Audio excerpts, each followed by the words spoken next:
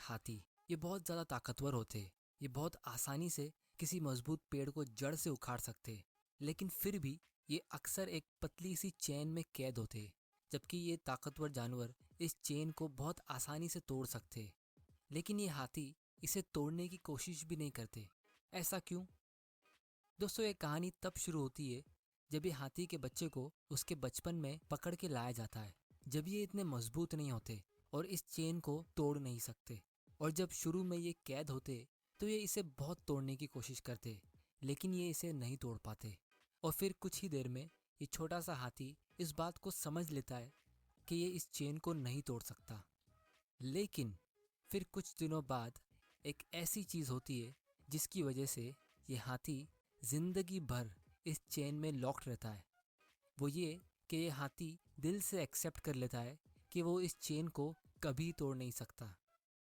जिस तरह दुनिया के बहुत सारे लोग दिल से एक्सेप्ट कर लेते कि वो कभी सेव करके और इन्वेस्ट करके करोड़पति नहीं बन सकते, लेकिन क्या वो अपनी पूरी ज़िंदगी में कभी भी अमीर नहीं बन सकते? या सिर्फ उस टाइम पे वो फाइनेंशियली वीक है और आगे जाके स्ट्रॉन्ग बन सकते?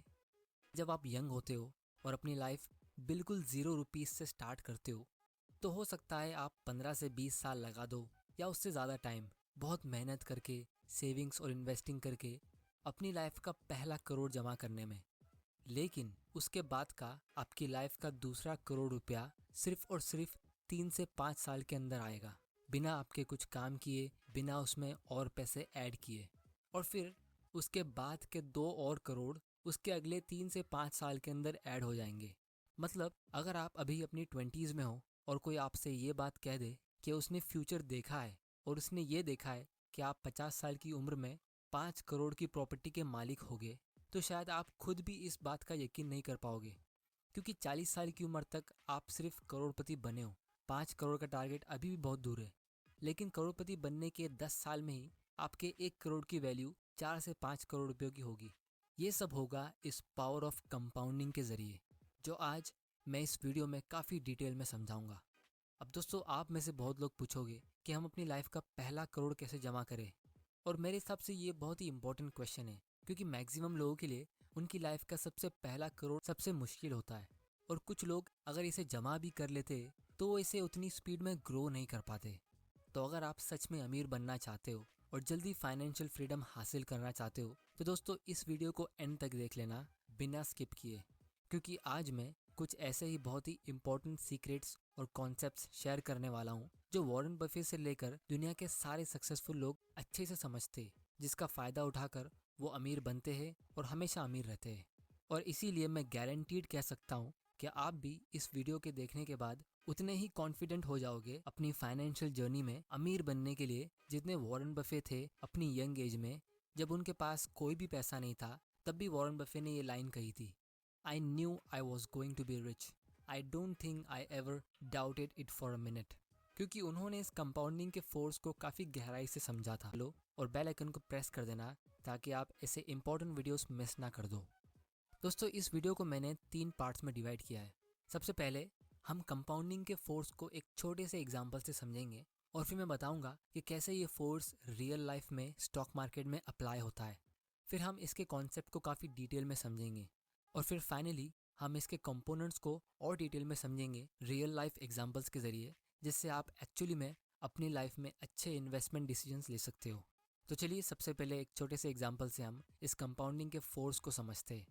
दोस्तों, मान लो आप एक कंपनी में इंटरव्यू देते हो और आप सिलेक्ट हो गए एक 3 साल के कॉन्ट्रैक्ट के लिए। अब आप एक्साइटेड हो अपने न्यू जॉब के लिए। कंपनी की एचआर आपके पास आती है सैलरी डिस्कस करने के लिए, और आपको 2 ऑप्शन देती है। सबसे पहला, आप 1 लाख रुपया पर मंथ की सैलरी ले सकते हो।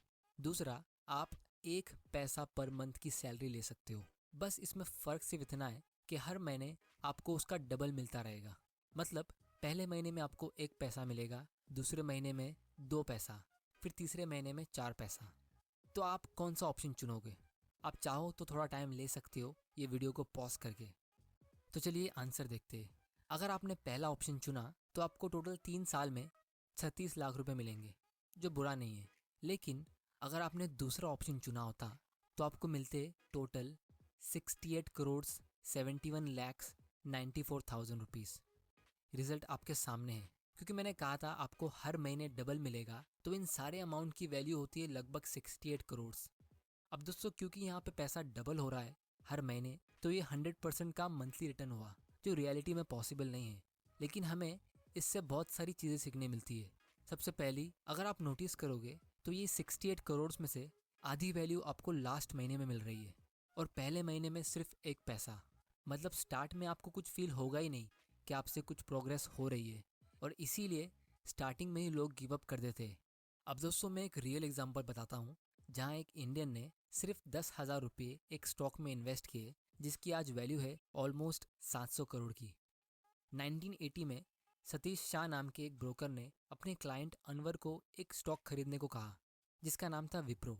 अब ये कंपनी वो टाइम पे न्यू थी, तो अनवर ने इसमें 10,000 रुपये इन्वेस्ट किए और उसके बदले में उन्हें उसके 100 शेयर्स मिले। और फिर ये इन्वेस्टर ने इस स्टॉक को सिर्फ खरीदा, लेकिन कभी बेचा नहीं। और आप ये टेबल में देख सकते हो कि स्टॉक की वैल्यू के साथ नंबर ऑफ स्टॉक्स भी कंपाउंड हुए। कंपनी ने अगले ही साल एक पे एक बोनस शेयर्स इशू किया और अनवर के पास हो गए 200 शेयर्स, और उसके 4 साल बाद वापस से बोनस शेयर्स। और इसी तरह आप देख सकते हो अनवर के पास लगभग 2.5 करोड़ शेयर्स है इस कंपनी के, जबकि रियलिटी में उसने सिर्फ 100 शेयर्स खरीदे थे। और आज हर एक शेयर की मार्केट वैल्यू है लगभग 350 रुपये, जिसके हिसाब से ये इन्वेस्टमेंट की वैल्यू हुई 700 करोड़। दोस्तों ये है magic of compounding stock market में। अब क्या आप गैस कर सकते हो कि ये 10,000 रुपये का इन्वेस्टमेंट जो 700 करोड़ में ग्रो हुआ है, ये कितने परसेंट के रेट से ग्रो हुआ होगा? दोस्तों ये सिर्फ 41% के रेट से ग्रो हुआ है, यानी 41% CAGR, जितना इंडिया की कोई भी क्रेडिट कार्ड कंपनी चार्ज करती है। इसीलिए जब यंगस्टर्स इस क्रेडिट कार्ड के जाल में फंसते तो उन्हें उसका इंटरेस्ट पेमेंट करना बहुत भारी पड़ता है, क्योंकि लोग कंपाउंडिंग को समझ नहीं पाते और वो उसके खिलाफ जाते हैं। पिछले साल विप्रो ने सिर्फ 1 रुपया पर शेयर का डिविडेंड पे किया, जो होता है सिर्फ 0.37% का डिविडेंड यील्ड। लेकिन ये इन्वेस्टर को 2.5 करोड़ का डिविडेंड मिला सिर्फ 1 साल में। और दोस्तों हम इस 700 करोड़ की वैल्यू में इन 40 सालों का डिविडेंड्स काउंट भी नहीं कर रहे, जो इस इन्वेस्टर ने अपने खर्च में लिया होगा। अब दोस्तों नो डाउट ये भी एक रेयर एग्जाम्पल है, क्योंकि 40% मार्केट में लॉन्ग टर्म कमाना इतना आसान नहीं है। लेकिन मैं आपको इस एग्जाम्पल से सिर्फ ये कंपाउंडिंग का पावर बताने की कोशिश कर रहा हूँ कि आपको कंपाउंडिंग के जरिए अमीर बनने के लिए हर साल 100 या 200% रिटर्न लाने की ज़रूरत नहीं है। आपको सिर्फ एक अच्छा रिटर्न चाहिए, वो भी लॉन्ग टर्म के लिए। जैसे अगर आप 15-16% का भी रिटर्न ला सकते हो, तो आप 15 से 20 साल के अंदर आसानी से फाइनेंशियली फ्री हो सकते हो। लेकिन अगर हम उस 15% को थोड़ा सा कम कर दे, यानी 10 या 12%, तो उससे बहुत ज़्यादा फर्क पड़ता है। ये सब हम थोड़ी देर में डिटेल में समझने वाले हैं। दोस्तों ये कंपाउंडिंग इतना पावरफुल क्यों है? चलिए अब एक दूसरे एग्जाम्पल से हम कंपाउंडिंग के कॉन्सेप्ट को थोड़ा डिटेल में समझते हैं। मान लो आपके और आपके फ्रेंड ने 1-1 लाख रुपए का इन्वेस्टमेंट किया ऐसी जगह पे जहां आपको हर साल 15% का रिटर्न मिलता है। तो ईयर एंड में आप दोनों को 15,000 रुपये का रिटर्न मिलेगा। एक तरफ आपके फ्रेंड ने इस 15,000 रुपये के रिटर्न को विड्रॉ करके खर्च कर दिए, लेकिन आपने इसे इन्वेस्टेड रखा और विड्रॉ नहीं किया। तो अगले साल आप दोनों को वापस 15% का रिटर्न मिलेगा और आपका फ्रेंड उसके 15,000 के प्रॉफिट को वापस विड्रॉ कर देता है। लेकिन आपको सेकेंड ईयर में 15,000 की जगह पे 17,250 रुपये का प्रॉफिट मिलेगा, क्योंकि आपने अपने 15,000 को इसमें इन्वेस्टेड रखा, तो इस 15,000 ने भी 15% अर्न किया। तो ये 15,000 का 15% होता है 2,250 रुपीज़। अब दोस्तों आपको यहाँ तक कैलकुलेशन काफ़ी सिंपल लग रहा होगा, और आपको ये भी पता है कि आप इस छोटे से अमाउंट से बहुत अमीर तो नहीं बन गए हो, और इसीलिए आपका फ्रेंड आप पे हंस रहा है कि इतने कम पैसे से आप क्या कर लोगे। लेकिन क्योंकि आप कंपाउंडिंग के सीक्रेट को जानते हो, तो आप बिल्कुल चुप रहते हो। अब थोड़ा फास्ट फॉरवर्ड करते और मान लो 10 साल निकल गए और आपका फ्रेंड हर साल की तरह अपने 15% के रिटर्न को विड्रॉ करता रहा और उसे एंजॉय करता रहा। लेकिन 10 साल के बाद आपका 15% आपको कितना रुपया अर्न करके देगा? आपको मिलेंगे लगभग 52,000, वो भी सिर्फ अपने 10th ईयर में। और वो टाइम तक आपका टोटल बैलेंस होगा 4 लाख से भी ज़्यादा। एक तरफ आपके फ्रेंड को अभी भी हर साल का सिर्फ 15,000 मिल रहा है और दूसरी तरफ आपको 50,000 मिल रहा है। दोनों का इन्वेस्टेड अमाउंट सेम था, रेट ऑफ रिटर्न भी सेम है, तो फिर इतना फ़र्क कैसे हुआ? दोस्तों ये सिर्फ इसीलिए हुआ क्योंकि एक बंदा अपनी लाइफ सिंपल इंटरेस्ट के रूल से जी रहा है और दूसरा बंदा अपनी लाइफ कंपाउंड इंटरेस्ट के रूल से जी रहा है। अब दोस्तों आप यकीन मानो या ना मानो, लेकिन बहुत सारे मिडिल क्लास के लोग इस कंपाउंडिंग के पावर को समझ ही नहीं पाते, क्योंकि हमें कंपाउंडिंग के कॉन्सेप्ट को स्कूल में सिखाया जाता है, लेकिन ये बहुत ही कॉम्प्लेक्स फार्मूला के जरिए सिखाया जाता है। लेकिन आप देख सकते हो ये कॉन्सेप्ट कितना सिंपल है। स्कूल में लोगों को सिंपल इंटरेस्ट का कॉन्सेप्ट अच्छे से समझ में आता है, और इसीलिए लोग अपनी पूरी ज़िंदगी और अपने सारे इन्वेस्टमेंट डिसीजंस सिंपल इंटरेस्ट की अंडरस्टैंडिंग के बेसिस पर ही लेते हैं। और दोस्तों इसका अगर मैं रियल एग्जांपल दूँ, तो जब भी लोगों को स्टॉक मार्केट में थोड़ा सा प्रॉफिट मिलता है, जैसे अगर आप 1 लाख रुपए इन्वेस्ट करते हो और उसकी मार्केट वैल्यू 15% से बढ़ जाती है और आपका 15,000 का प्रॉफिट होता है, तो लोग अक्सर उस छोटे से प्रॉफिट को बेचकर और उस एक्स्ट्रा पैसे को फ्री मनी समझ के एंजॉय करते हैं। फिर लोग वापस उस 1 लाख को कहीं और इन्वेस्ट करेंगे, नए स्टॉक के टिप्स ढूंढेंगे, और फिर जैसे ही उनको छोटा सा प्रॉफिट मिलेगा तो उसको वापस से बुक करके एंजॉय करेंगे। मतलब स्टॉक तो कंपाउंड हो रहे, लेकिन लोगों को उससे अपनी वेल्थ को कंपाउंड होने देना नहीं है। दोस्तों ये एक साइकोलॉजिकल बायस होता है, जिसके बारे में मैं एक अलग ही वीडियो में डिस्कस करूंगा। इसीलिए दोस्तों कंपाउंडिंग को अच्छे से समझने के लिए हमें इसके 2 इम्पॉर्टेंट कंपोनेंट्स को समझना बहुत ज़रूरी है, और यही इस वीडियो का सबसे इम्पॉर्टेंट पार्ट है। सबसे पहला है रेट ऑफ कंपाउंडिंग और दूसरा है टाइम। चलिए अब हम एक दूसरे एग्जाम्पल से इस रेट ऑफ कंपाउंडिंग के पावर को थोड़ा डिटेल में समझते हैं, और ये भी बहुत लोगों के लिए बहुत शॉकिंग होगा। मान लो 2 फ्रेंड्स है, रॉकी और सनी। दोनों 25 साल के हैं, दोनों के पास 10 लाख रुपए सेव्ड है। अब क्योंकि दोनों ने ये पैसा बहुत मेहनत करके कमाया है, तो दोनों को सबसे सेफ और सबसे अच्छी जगह चाहिए इसे इन्वेस्ट करने के लिए। तो पहला फ्रेंड जो है सनी, वो इस 10 लाख रुपए को 2 हिस्सों में डिवाइड करता है।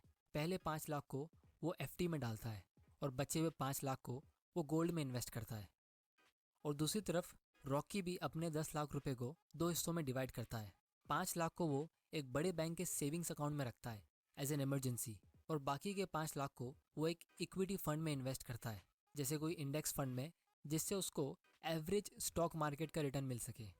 अब थोड़ा फास्ट फॉरवर्ड करते हैं, और 20 साल बाद क्या आप गैस कर सकते हो कि ये दोनों की इन्वेस्टमेंट की वैल्यू कितनी हुई होगी? चलिए देखते हैं। सनी को एफडी से मिला 7% का इंटरेस्ट, जिससे उसके 5 लाख की वैल्यू हुई 18 लाख, और गोल्ड से उसको मिला 9% का रिटर्न, तो उसके गोल्ड की वैल्यू हुई 25 लाख। जैसा आप इस टेबल में देख सकते हो, गोल्ड का लॉन्ग टर्म रिटर्न फ्लक्चुएटिंग होता है, लेकिन आपको 8 से 9% के आसपास का रिटर्न मिलता है। और अगर आपको गोल्ड के थ्रू ज़्यादा प्रॉफिट भी मिल जाए, तो ये उतना पावरफुल रेट से कंपाउंड नहीं हो पाता। गोल्ड एज एन इन्वेस्टमेंट के ऊपर मैं एक अलग से वीडियो बनाऊंगा, जिसे आप यहाँ पे क्लिक करके देख सकते हो। तो सनी के 10 लाख का इन्वेस्टमेंट अब लगभग 44 लैक्स का हो गया है। लेकिन दूसरी तरफ रॉकी का इमरजेंसी फंड उसके सेविंग्स अकाउंट में 4% के रेट से ग्रो होकर 10 लाख में ग्रो हो गया है। मतलब 20 साल में ये सिर्फ डबल हुआ है। लेकिन उसका इंडेक्स फंड का इन्वेस्टमेंट 17% के रेट से ग्रो होकर बन गया है 98 लैक्स। तो उसके टोटल 10 लाख के इन्वेस्टमेंट की वैल्यू अब लगभग 1 करोड़ 10 लाख की हो गई है।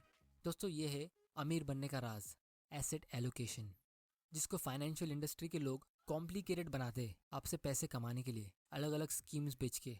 जब आप यंग होते हो अपने 20s या 30s में, और आपके पास रिटायर होने के लिए बहुत टाइम है, तो आपको किसी भी डेट फंड में, जैसे बैंक एफडी में या यूलिप में, या कोई भी ऐसी आलतू फालतू स्कीम्स में जहाँ पे आपको 8 से 10% का रिटर्न मिलता है, वहाँ आपको इन्वेस्ट करने की ज़रूरत है ही नहीं।